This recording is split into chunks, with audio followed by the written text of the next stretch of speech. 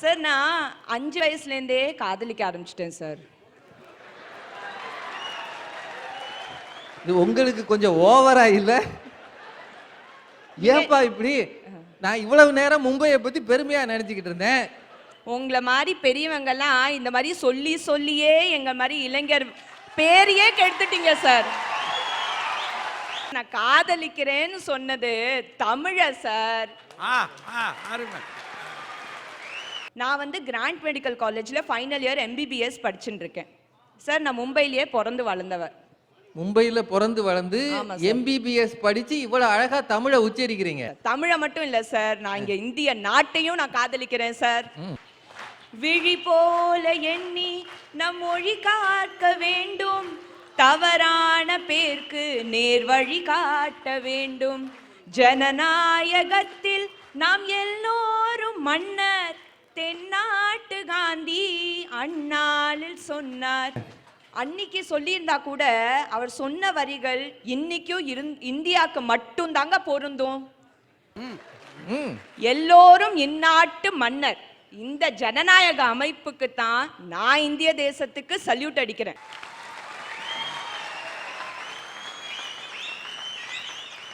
ரம் ரம் சம்சம் வெட்டு வெட்டு குத்து குத்து அடி இடி நின்ற உச்சி முடி முதல் எடுத்து சிலாவற்ற அடிச்சு பாதாளத்தில் இறக்கி நிக்கே சிவாயகா என்று வரைஞ்சா என்ன விளையாட்டா?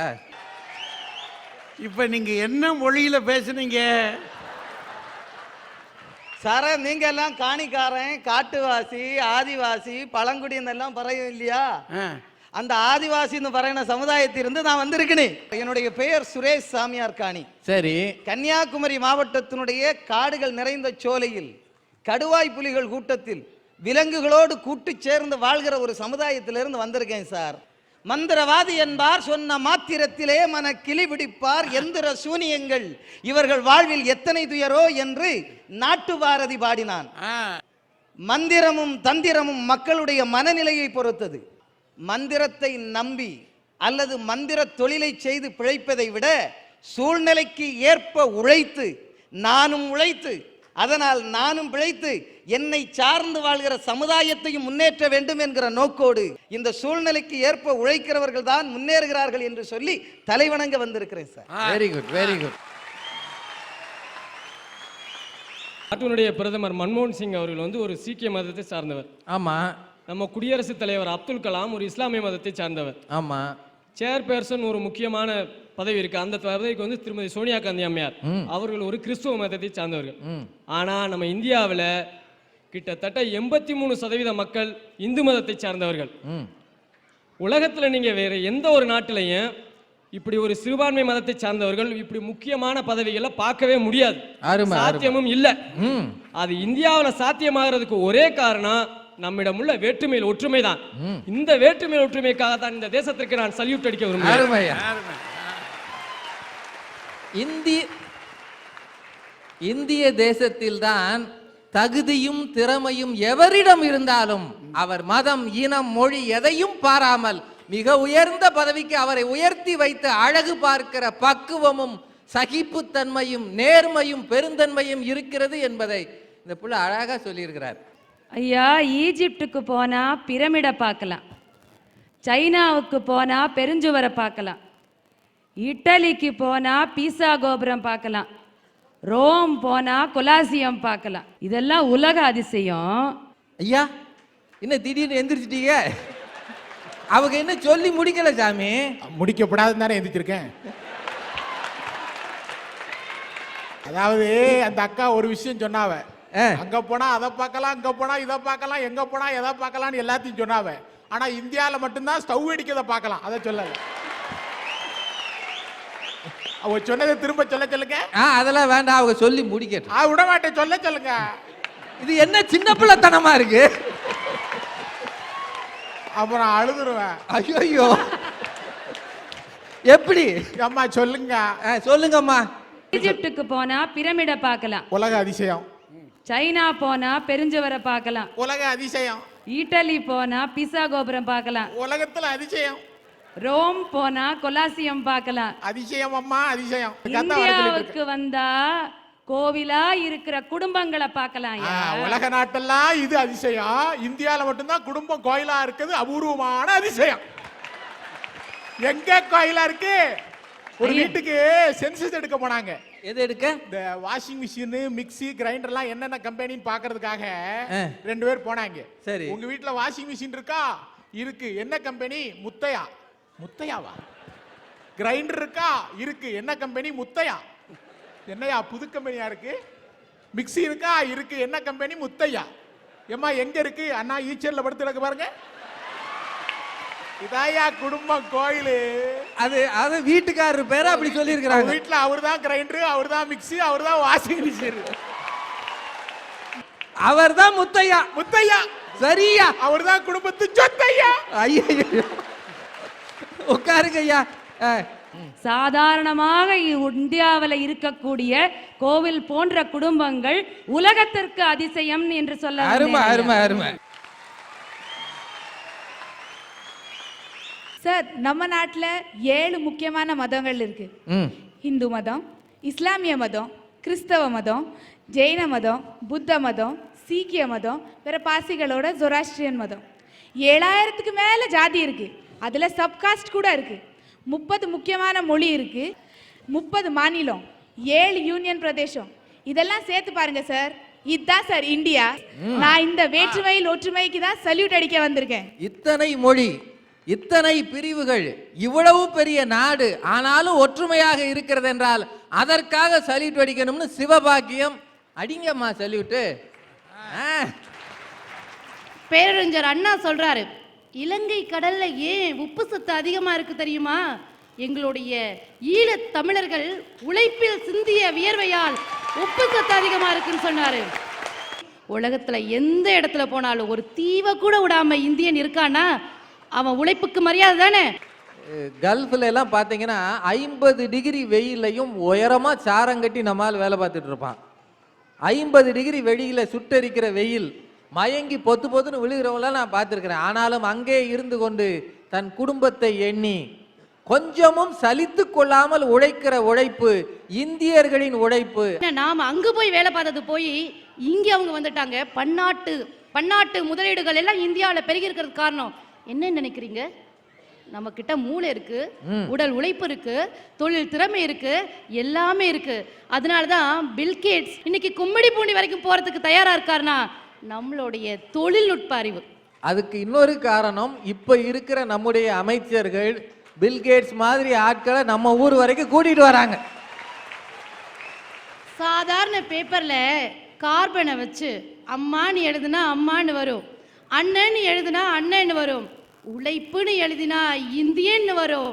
அந்த இந்திய உழைப்புக்கு தான் சார் என்னோட முதல் சல்யூட். ஜனநாயக நாடு சார் இது. ஒரு பேச்சாளர் தலை சிறந்த முதலமைச்சர் ஆக முடியும்னா அதுவும் நம்ம நாட்டில் தான். அறிஞர் அண்ணா. ஒரு படிக்காத மாமேதை முதலமைச்சர் ஆக முடியும்னா அதுவும் நம்ம நாட்டில் தான். கரும வீரர் காமராஜர்.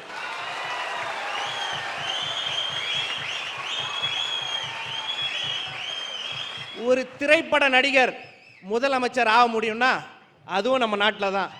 டாக்டர் எம்ஜிஆர். நான் நீ என்று சொன்னால் உதடுகள் ஒட்டாது, நாம் என்று சொன்னால்தான் உதடுகள் ஒட்டும் என்று ஒரு சிந்தனை கலைஞன் முதலமைச்சர் ஆக முடியும்னா அதுவும் நம்ம நாட்டில் தான் சார். டாக்டர் கருணாநிதி.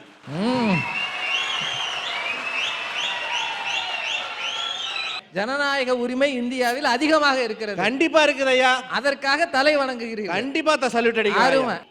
என்னமோ சொன்ன கதையில எலி ரவுக்க கேட்டுதான் சபையில. இன்னைக்கு அப்படிதான் வந்திருக்காங்க எல்லாரும். எந்த ஊர்மா நீ?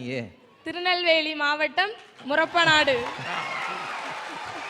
இல்ல, நீ ஏடா கூடமா சொலவட சொல்லும் போதே நினைச்சேன் எலி ரவுக்க கேக்குதான்.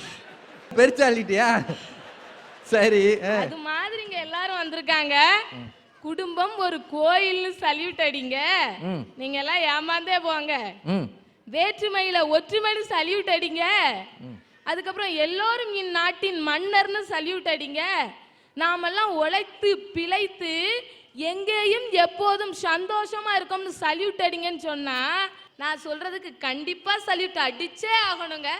இன்னைக்கு உலக அளவுல நாம எய்ட்ஸ்ல 2வது இடத்துல இருக்கிறோங்க. இதுக்காக ஒரு சல்யூட் அடிங்க. ஊழல்ல உலக அளவுல டாப் 10ல நாம ஒண்ணு. எவ்வளவு சந்தோஷமான விஷயம். சூப்பர் ஸ்டார் மாதிரி ஒரு வாங்கி சல்யூட் அடிங்க. மக்கள் தொகையில வேகமா முதலிடத்தை நோக்கி முன்னேறிட்டு இருக்கோங்க. அதுக்காக ஜோரா கைத்தட்டி ஒரு சல்யூட் அடிங்க. இதுக்கெல்லாம் சல்யூட் அடிக்க வந்திருக்கிற நீங்க அறிவாளியா முட்டாளா? ஒரு சின்ன பொண்ணு இவ்வளவு பெரிய கூட்டத்துல சல்யூட் அடிக்கிற நீங்க அறிவாளியா முட்டாளான்னு கேட்கிற அளவு துணிச்சல் இருக்கும்னா அதை கொடுத்தது இந்த ஜனநாயகம் தானே. அந்த ஜனநாயகத்துல இந்த உரிமை இல்லாமலே இருக்குன்னு எத்தனையோ பேருக்கு இருக்கு. அதை சொல்றதுக்காக வந்திருக்காங்க. Very good. பேரு திரு தேத்தார் சிங். இவருக்கு தமிழ் தெரியாது. இவர் கையில ஒரு இசைக்குழு இருக்கு. அந்த இசைக்குழுவில் தமிழ் பாட்டை இவர் பாடுகிறார்.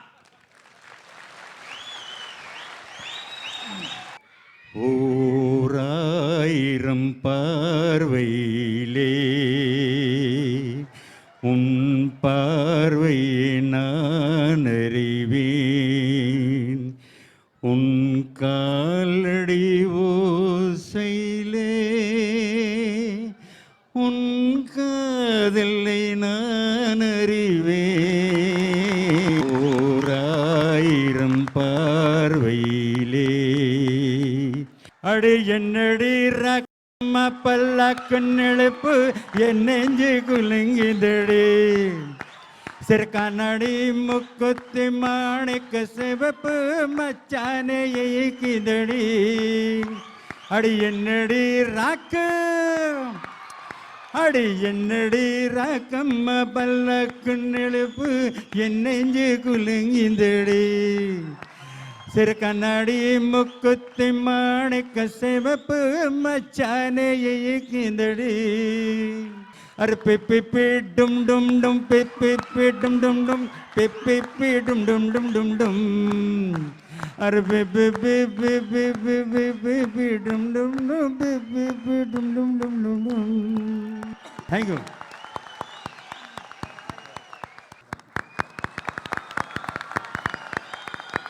நம்ம உறவை பத்தி தெரியணும்னா இந்த கல்யாண பத்திரிகை கொஞ்சம் பாருங்க. பெண் வீட்டார் அழைப்பு அப்படின்னு ஒரு 30-40 பேர் இருக்கும். பிள்ளை வீட்டார் அழைப்புன்னு ஒரு 30-40 பேர் இருக்கும். அவ்வளவு உறவு முறைகளை வேற எங்க பார்க்க முடியும்? அவ்வளவு பேரும் போட்டு என் பேரை போடலன்னு சண்டை ஓட்டு. இதுல அவ்வளவு பேர் இருக்கும், எங்க ஐயா இருக்கும். இப்போ முன்னாடி கல்யாண வீட்டுல கிராமத்துலாம் பாத்தீங்கன்னா நகரத்துல கவரை கொடுத்துட்டு போயிடுவாங்க.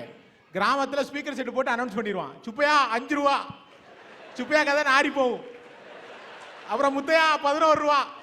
இப்ப என்ன பண்ணுதான்னா கிராமத்துக்காரன் நகரக்காரனும் தீவனத்தை இங்க போய் வீடியோ வச்சு எடுத்துதான். இந்த பையன் மொய் எழுதியிருக்கானா, இதுல பேரை போடுவாங்களாம். பேரை ஐயா 5 விரல்கள் சேரும் போது சிறு உரசல்கள் ஏற்படும் கட்டாயமா. ஆனா அதோட பலன் வந்து பலம் தான். அது மாதிரி குடும்பத்துல சின்ன சின்ன விவகாரம் வரலாம், ஆனா அந்த குடும்பம்ங்கிறது ஒரு பெரிய அமைப்பு. அப்புறம் நம்ம கூட பிறந்தவங்களை மட்டும் உறவு சொல்லி அழைக்கிறது இல்ல, நமக்கு பிடித்த நல்ல தலைவர்களை கூட எப்படி அழைக்கிறோம்? காந்தி தாத்தா, ஔவை பாட்டி, நேரு மாமா, அன்னை தெரசா, இப்படித்தானே உறவு சொல்லி அழைக்கிறோம். இங்க வாங்க பம்பாயில ஒரு எதிர் வீட்டு பெண்ணை எப்படி அழைக்கிறோம்னா பாபி அப்படின்னு கூப்பிடுவோம். பாபின்னா அண்ணி, அதாவது அன்னைக்கு சமானம். ஒரு டாக்ஸி டிரைவரா இருந்தாலும் ஆட்டோ டிரைவரா இருந்தாலும் அவரை பையான்னு கூப்பிடுறோம், அதாவது சகோதரரேன்னு. நான் இங்க வந்து 2 நாள் ஆகுது. மாத்துங்கால அந்த ரோட்ல நடந்து போயிட்டு இருக்கும்போது ஒரு காஃபி வண்டியில வச்சு விற்கிற ஒரு தம்பி பின்னாடி கேரியர்ல காஃபி வச்சு அப்படி தள்ளி நின்று ராஜா பையா ராஜா பையான்னு கூப்பிட்டார். அவர் ஒரு காஃபி வந்து வண்டியில வச்சு வித்தாலும் என்ன ராஜா பையானா அவர் சகோதரனேன்னு அழைத்தது இருக்கு பாருங்க. உண்மையிலேயே கூட பிறந்தவன் கூப்பிடும் போது இருக்கிறத விட பெரிய சந்தோஷம் அது. அந்த மாதிரி ஒரு உறவு முறை கிடைக்கிற இடம் இந்த நாடு, வேற எங்கேயும் கிடைக்காது. நிச்சயமா அருமம். அதுதான் சுருக்கமா நான் என்ன சொல்ல வரேன்னா ஃபேமிலி, FAMILY. இந்த ஃபேமிலி மேலை நாட்டுல எப்படி இருக்குன்னா father and mother I leave you. ஆனா இங்க நம்ம இந்தியால father and mother I love you. அப்படிப்பட்ட குடும்ப அமைப்பை கொண்ட இந்தியாவுக்கு தான் என் முதல் சல்யூட். நான் பிறப்பில் ஆணாக பிறந்தாலும் இன்னைக்கு செயற்கை பெண்ணாக மாறி நான் இங்க நிக்கிறேன். 8 அண்ணன் 4 அக்கா, நான் 13வது சார். 5 வயசு இருக்கும்போது போய் விளையாடுன்னு சொன்னா எனக்கு வந்து விளையாட தோணலை சார். வீட்டில் இருக்க எங்கள் அம்மாவுக்கு வந்து கூட்டணும்னு தோணுச்சு, பாத்திரம் கழுவணும்னு தோணுச்சு. அப்போ வந்து எங்கள் அண்ணன் என்ன செஞ்சேன் தெரியுங்களா?